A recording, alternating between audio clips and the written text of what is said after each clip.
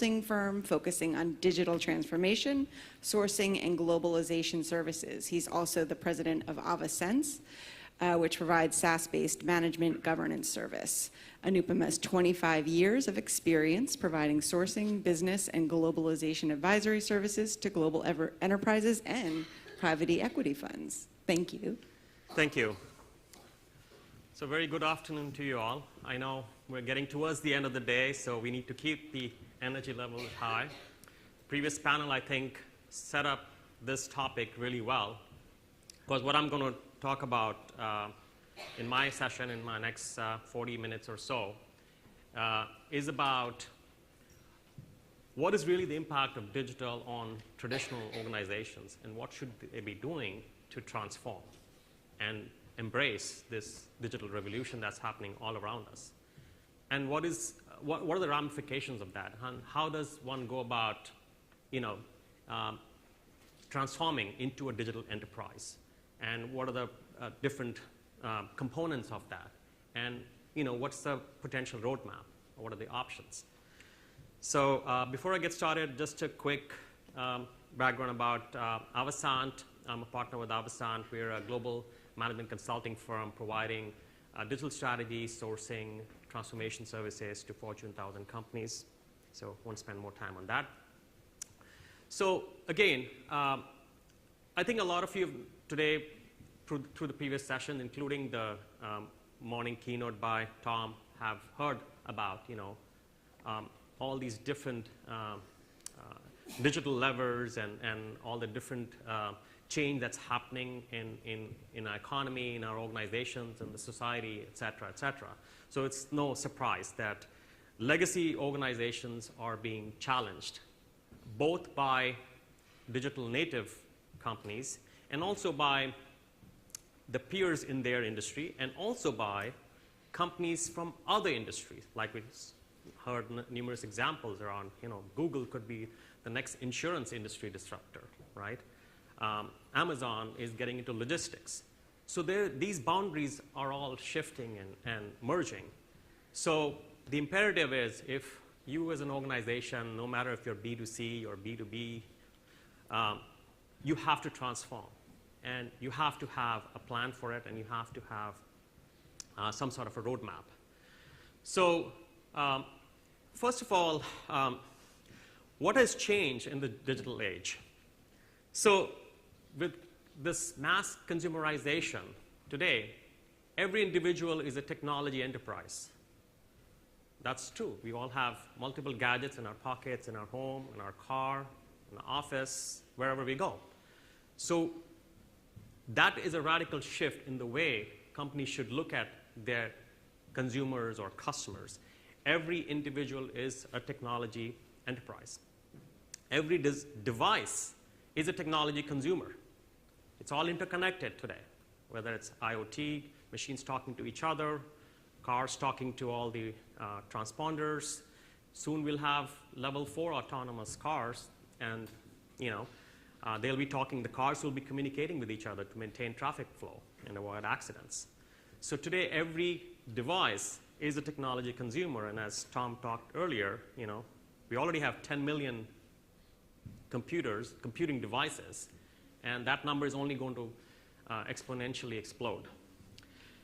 Every business strategy depends on technology strategy. Again, to you all, coming from the tech side, that's very obvious. And every technology decision is a business decision. Essentially, every business today is a technology business, or it should be looked upon as a technology business. And there are many companies, traditional companies, that have proven that. So just to provide a little vignette of the different forces of digital disruption that are happening around us, and this is just a small vignette, small sample. If you look at different frames of reference, socioeconomic, yeah, that's no secret. We're already going through a lot of geopolitical and other economic and cyber terrorists and so on, and these are all having implications on businesses. Even if you're not a global business, you still feel that impact. So in terms of advanced technology, we're seeing that automation, AI, and cognitive are really becoming mainstream. And just recently, Audi released their A8, which is a level 3 autonomous car. Who could have thought that, right? So all of these fast-changing advancements, whether it's in technology, whether it's across your industry, or whether it's on the consumer side, are forcing companies to really look at their business model, their operating model, and how they interact with their customers. So the question really is, would you rather be disrupted or would you rather be the disruptor? So digital transformation has become an imperative because, obviously, most organizations want to be the disruptor. Now, whether they have the courage to do that or not, the leadership to do that or not, that's a different matter. But essentially, there are three things that we'll focus on today. One is you've got to recognize what are the drivers, right? What are the drivers for that individual organization or that industry that's forcing this shift towards digital? What are the components that will help you get ahead of the curve? And how do you actually go about executing this transformation? So, again, if you've decided, yes, we're going to take this challenge head on, and we're not going to be Uberized, then you have to start evaluating what is the impact of digital on my organization or on my industry. And you can look at many different factors. Some companies, they are seeing their market share being taken away. I think in the previous panel, gentleman from Accor talked about how their competition is now from Booking.com, Expedia, and so on. So you've got to analyze, obviously, who's taking away the market share, and even in parallel industries. Time to market, because innovation needs to come out quickly, new products need to come out quickly. Organizational agility, again, is tied to responsiveness and tied to time to market. Can you get that product out or ship it? Logistics should be all, brought up to speed so that you can get the product to your end customer in time. So all of these drivers become very important to consider. Customer engagement is another, obviously, very, very key factor that you have to look at, and every organization will look at it differently. Cannibalization is, of course, something that most companies, this is their fear, right? I mean, how can I change? How can I transform if the new products or services that I'm going to launch, or the new pricing model I'm going to put into market, or I'm going to acquire a company and they're going to compete with me? How do I cannibalize my own customer or my own revenue base, right? But again, we have seen numerous examples where companies that didn't do that perished, while companies took the challenge. They've been the survivors. And then risk and compliance, of course. This is in certain industries, that's financial services, insurance, healthcare. Increasingly, that is another driver to bring about more seamless and regulated data flow across the organization. So again, this is a survey done to show what are the key drivers across different industries in terms of improving customer satisfaction, improve operational efficiencies, maintain or achieve market leadership, and so on. And the top two drivers that came out where over 50% chose these two top two drivers are improve operational efficiency and improve customer satisfaction. And that, again, translates to when you're going through the transformation, what should your priorities be? This slide, again, shows how digital transformation can impact every industry. Of course, the impact or the magnitude of the impact would be different. So World Economic Forum recently put out a study about $100 trillion of value could be unlocked through digitalization over the next decade. And consumer industries alone accounting for 10% of that. But every industry today, even traditional industries like mining, agriculture, they're being impacted.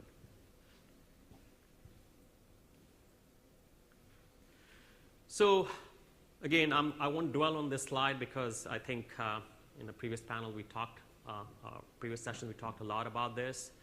But again, it just illustrates in many of these industries where we've had clear leaders in the past that have perished today. And Tom talked about the Blockbuster versus Netflix example. It's a classic example. I know Blockbuster had such an overwhelming market share, right? They had physical stores, they had huge inventory, they had customer loyalty, right? And here comes an upstart Netflix with 0 stores and you know, a fixed price model, and they disrupt him. So one of the biggest factors for why Blockbuster imploded, of course, was the fact that, you know, it was a common joke that Blockbuster made all its money on late fees. And here comes a disruptor that says, no late fees, you can keep it as long as you want, you can order as many DVDs as you want if you go for the unlimited plan. So it was a business model shift, an operating model shift, a fundamental shift in the way they also interacted with their customers. So that story has played across almost every major industry today. Coyote, that is on the logistics, is another good example of how UPS acquired this logistics company for about $2 billion 2 years ago. And this company is now trying to become the Uber of logistics, essentially matching up empty trucks with goods that need to be shipped, especially from smaller shippers and smaller businesses who can't afford to, you know, rent the entire truck or container or whatever. So they've acted as a consolidator as well as matching supply and demand. So we all know this rise of digitally native firms that are challenging many of these industries. Really, these companies, obviously, they had no legacy baggage. From day one, they were born in the digital world, and they have behaved and acted like a digital world, pivoting on everything from the business model to operating model to how they interface with their clients. So the lessons that we can learn from these companies and that we can apply to legacy companies in terms of how they should not only embrace digital, but actually become the disruptor themselves. That's what we're going to talk about. So if you look at a digital organization, it is built around what we consider 3 layered pillars that work in tandem to provide an end-to-end digital experience for everyone. And that everyone is very key here. It's not just about the customers, it's not just about the employees, it's not just about your vendors. A fully digitally transformed enterprise needs to be able to provide this seamless end-to-end digital integration for all their stakeholders, everybody that they serve or touch. And the important fact there is that data that we get through all these touch points, that data then becomes the most precious commodity for any organization, again, no matter which industry you're in. And it's how you use that data, how you gain insights and act upon those insights. That's what really differentiates you. Now, again, for every industry, there are different methods of doing it, different approaches. But if you peel the layers, peel the onion, so to speak, you will find that to be one of the most common factors, that they realize the value of that oil reserve in their organization, and that data is that oil. Data is the new oil, actually. So the first component is the digital operating model. Creating an agile organization, responsive, that is built end-to-end with integration between the different divisions and functions. There are no data silos, no islands of excellence. and has a culture, an endemic culture of innovation, so that they can pivot, they can move quickly with the changing market. Digital business models. Again, you have to look at how to proactively address market disruption, become the disruptor. Don't just think about who you're competing with, within your industry. Think about how you can outdo them. How can you reshape your business model? And digital experiences. So today, users expect whether they're using an Uber app to go from point A to point B, or whether I'm shipping a package through FedEx, I want to have the same kind of experience. My app should be as responsive, feature-rich, contextual, everything, and frictionless. I think Tom used that word friction as well, very eloquently in his keynote. So digital experiences essentially drive this deeper engagement through very ubiquitous and intuitive experiences, user experiences. Another example, Tom, and I'm quoting you on these so that you get the credit. The example you showed of that little baby touching on that magazine, right? Now, iPad is so intuitive, right? Even a 6-month-old baby knows how to operate that. Whether they can turn the pages or not, they can, point on the iPad and use the touchscreen. So the digital experiences have to be intuitive.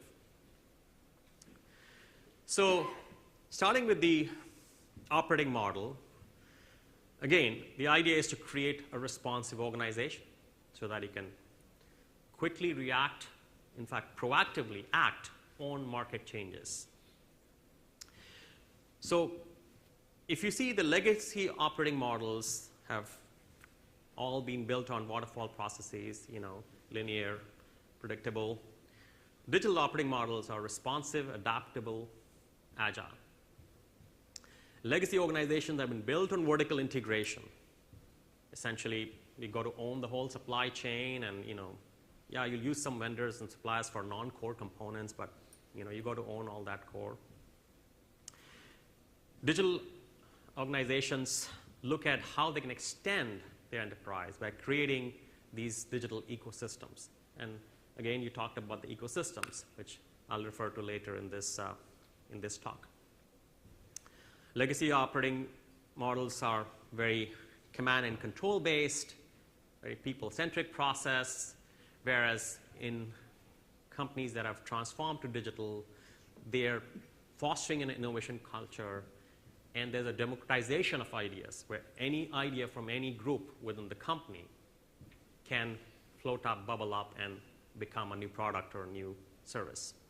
And of course, today with the advent of AI, cognitive insights, predictive analytics, and using data as your currency, you can dynamically re-engineer processes. So think about that. Multi-year product cycle versus continuous innovation. That's, of course, a no-brainer. And then IT is a cost center versus IT is a growth driver.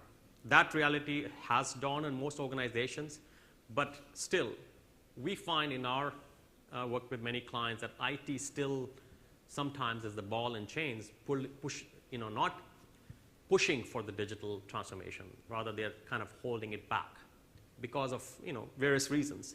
But IT needs to play a central role in the digital transformation. We have no doubt about that.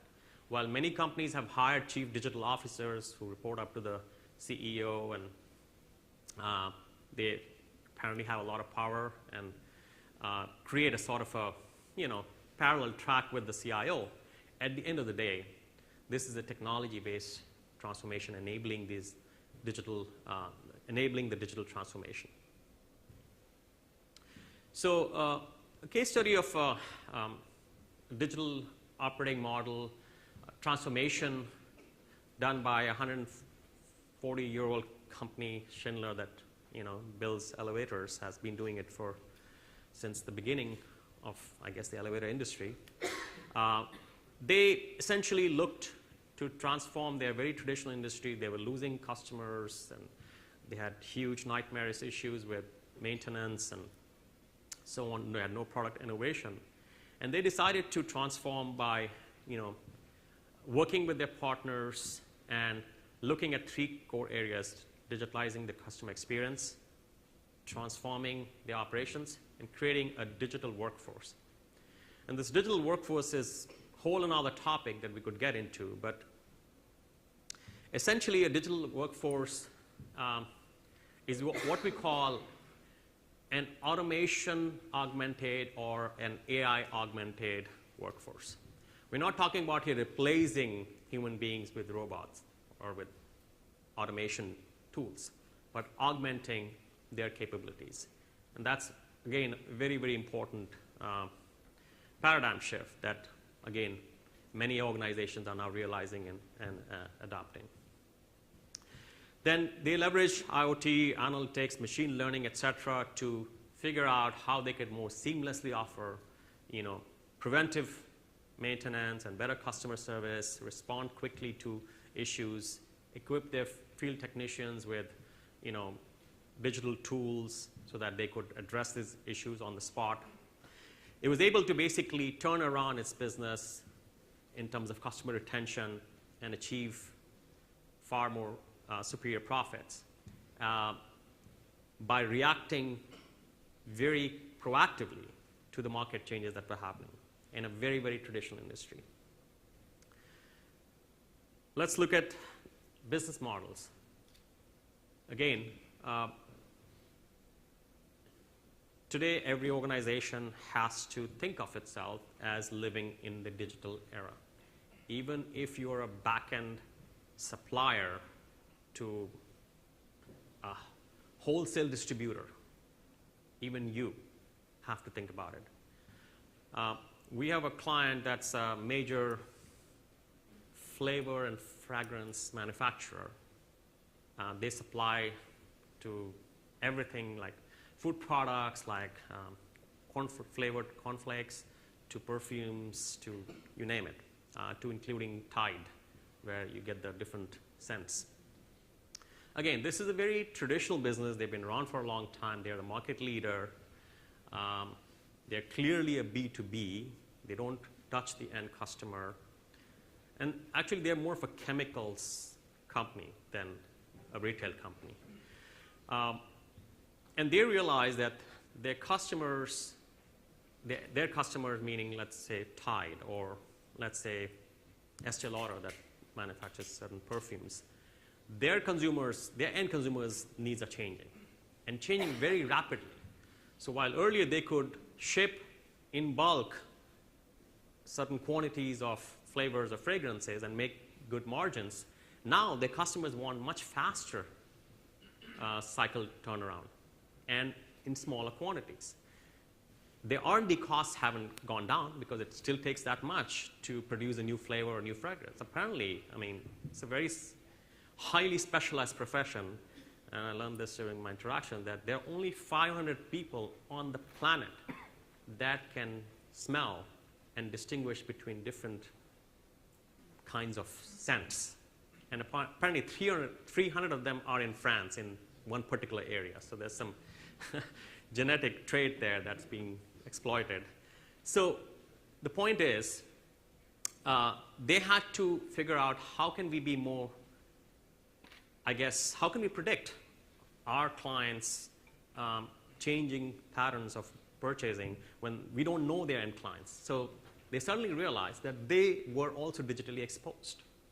So they started becoming more end consumer driven in the sense that they started behaving like I'm an Estee Lauder, or I'm a Tide, or I'm Kellogg. I need to understand not my customer's preferences and choices so that I can react more quickly.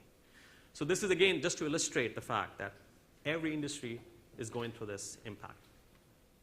So again, legacy business models were all based on ownership and so on.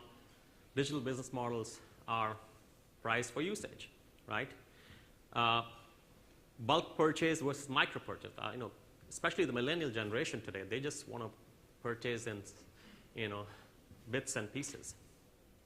From asset intensive to asset light, from bundled products to modular services where you can pick and choose. And finally, from mass produce, which is a big differentiator, to personalizing and mass customization. And there was another obviously differentiator between Blockbuster and Netflix. Netflix was the king of personalization, right? They could tell you before you knew what movie you wanted to see. So an example of this, and again, I'm not going to delve into this much because I think this is probably the most familiar use case to many of you. But the point here I want to make is that, and I think again you mentioned it if I'm not mistaken, that GE considers itself today a software company, not a manufacturing company, not someone that makes power equipment or jet engines or medical equipment. They consider themselves a software company. An increasing amount of their revenue, percent of their revenue, now comes from actual software products that come out of their manufacturing businesses. They've used their same expertise to even offer these new fail-fast types of software platforms, which allows their customers to quickly design products, prototypes, and so on. They've shifted their business model even in terms of how they price some of their products, like aircraft engines. They have a component in it where they can, price you based on the savings they've gotten because of lower downtime, preventive maintenance, and so on. And of course, they could do that because they had tens of thousands of sensors embedded, and then they had the back-end analytics to analyze and take appropriate action. And then, of course, they launched Predictivity, which is their software solution, which made $5 billion in revenue this year. And Predix has become the de facto platform for the industrial internet, which now is used by even their competitors. The third component is about digital experiences. This is about engaging customers where they are, when they want, and how they desire. The always-on generation, right? Or Generation Z, I guess. So again, legacy experiences were all about complexity and procedures. And that's because they were layered upon layered and evolved. They were never fundamentally redesigned. Digital experiences are simple and intuitive, right? And I think Steve Jobs' biggest revelation when he invented the iPhone was simply this: I want a very simple device. No keypad, no fancy buttons, nothing. It's a glass surface. So today, digital experiences are all about simplicity and intuitiveness. Whereas it used to be race for more futures and legacy experiences, today it's about engagement. Anything that I add to my product or service, I need to make sure it increases the level of engagement. I don't want to just add features for the sake of adding features. The next point I already talked about, that you don't compare yourself or the user experience within your industry. You will compare it against the best in class, because every user wants that same experience, no matter what kind of transaction or service they're looking for. From fixed usage model to on-demand, and then, of course, mass and standardized to contextual and personalized. So I'll skip this slide. Lego is, again, a good example of how they did a significant turnaround. They were almost bankrupt in 2004. Their products were failing. They had some 20,000 odd different kinds of bricks. And they actually were selling some of their kits for less than the price that it cost to make them. And not because they priced them wrong, because they did not even know the price or the cost of manufacturing those. It had become so complicated. So they went through a full digital transformation, and today they're a profitable company, and they've re-energized the brand, basically. They didn't ditch the brand. They didn't say today Lego is going to do, insurance. They said, no, we'll keep our brand. We'll just appeal to this new digital consumer, right? And it was able to disrupt some of its own products. It had the courage to do that. It used its customers' input to redesign some of its toy kits. It launched digital content, Lego, the movie franchise, mobile games, and so on and so forth. So again, they put on the hat of their end customer and not the traditional customer, the customer that was coming in, that would be the future buyers, and then they reinvented themselves. So if you look at it in all these examples, whether it's the digital operating model, digital business model, or digital experiences, it's obvious that there's a lot of rethinking, re-engineering, reinventing involved. So these are a few of the key, I guess, steps, if you will, or components, if you will, along the roadmap towards executing digital transformation. You need an agile approach because if you put together a plan to change your entire organization, it's going to take you 2 years. You will never get it past, your board, and it's never going to happen. So you've got to start with an iterative and adaptive approach that you can continuously improve. You get validation, you get buy-in, you get quick wins, and you keep incrementally. It's like thinking of it like waves of transformation.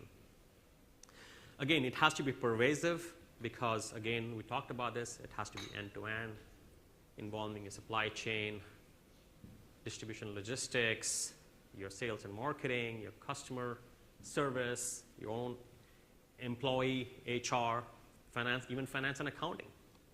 A lot of companies have innovatively used insights they gain from how different customers or different suppliers build them, et cetera, to factor internally.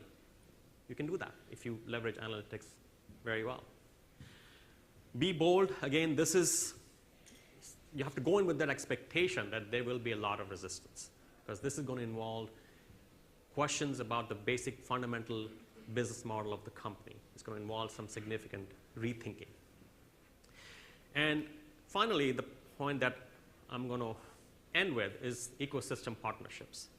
You cannot go through this transformation. No organization can go through this without an ecosystem of partnerships that will help them on this journey, both from a technical, operational, and innovation point of view. And this ecosystem partnership is more than what we see today in terms of contracts and vendor relationship. These partners are in many ways vested, and they work in tandem, and their interests are aligned with the interests of the client in many cases, and they're part of the innovation process. So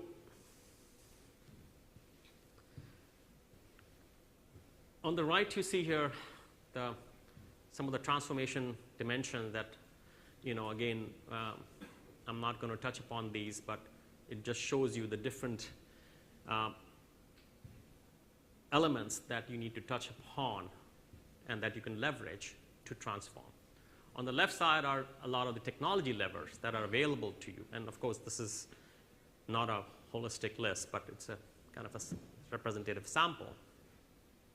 And again, the digital ecosystem partnerships are the players that will take the technology levers and create the digital value chains to help you transform.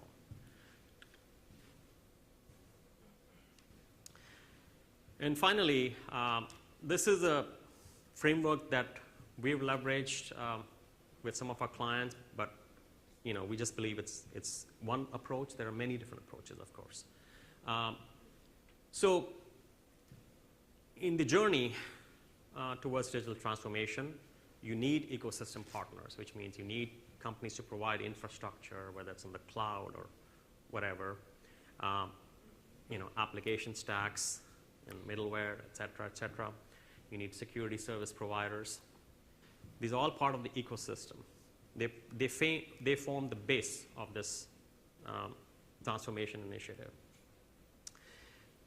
Layered on that, you need operational excellence, which today has, again, some added components due to automation, and AI and cognitive. So it's not just about redesigning your business processes or BPM.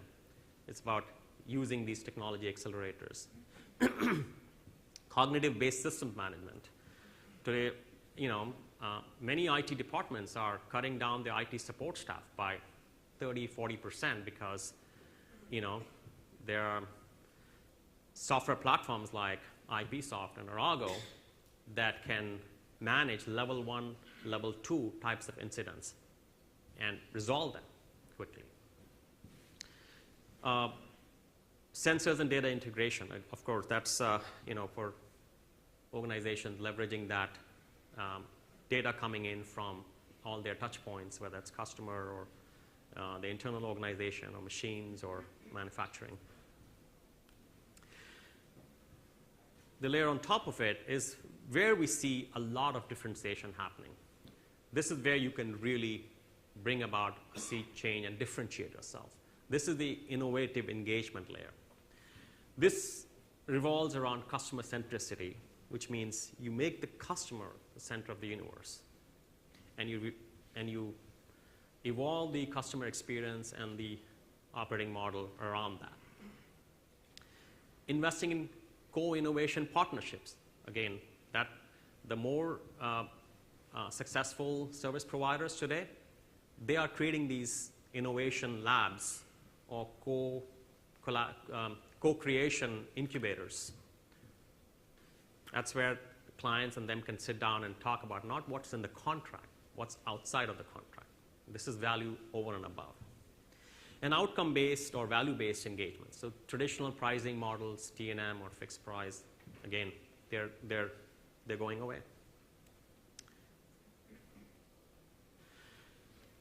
Of course, you need a layer of governance to manage this ecosystem. But the nature of governance has shifted from focus on SLAs and KPIs to business outcomes and relationships. So these relationships have to support this continuous delivery of digital transformation. Like we talked about, they come in waves. You're not going to be doing a big bang digital transformation. And you want the right players with you through the entire journey. So relational governance is something that's changing the whole game in terms of how clients manage their vendor ecosystem. And then seamless delivery model. The days of onshore, offshore, nearshore, no-shore are gone, especially with a digital workforce and automation. The price differential is going away. So it's all about skills and accessibility and knowledge of the markets and understanding of the domain and all that. And finally, that's what I guess gets you to your destination, which is digital transformation. So I know I'm running out of time. I want to maybe leave a couple of minutes for questions. I'm just going to end with final thoughts. The very things that made businesses successful in the last era are now holding them back. So you got to shed that legacy baggage. The rules have changed, and these pillars that you thought were your pillars are now anchors holding you back. Your whole company has to start operating like a digital economy, like a digital company. What does that mean? It's not about writing an app. And we've seen a number of instances where companies say, oh, we are digital. We've got this app. We've got this fancy functionality on our website. That's not being digital.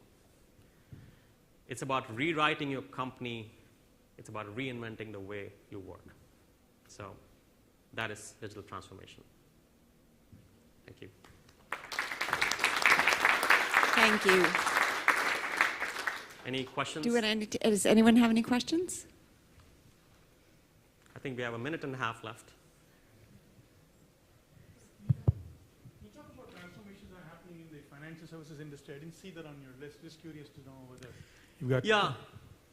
I mean, financial services is always the bellwether, right? They're always ahead of the curve.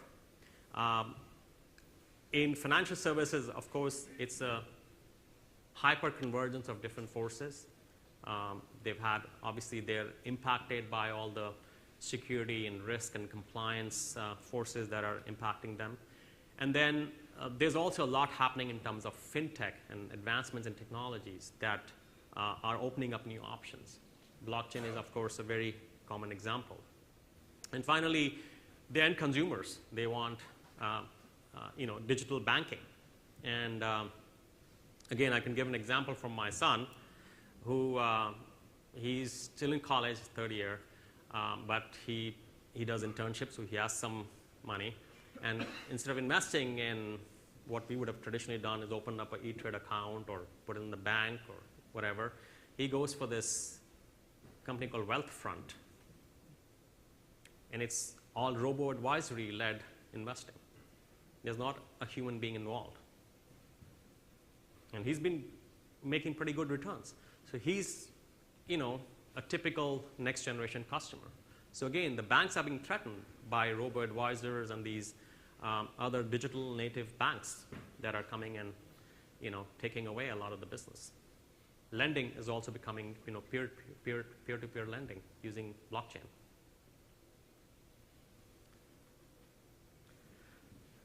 Anything else? Any further questions? I think you're all waiting for Arun's closing keynote. So with that, thank you, everyone. How about a round of applause?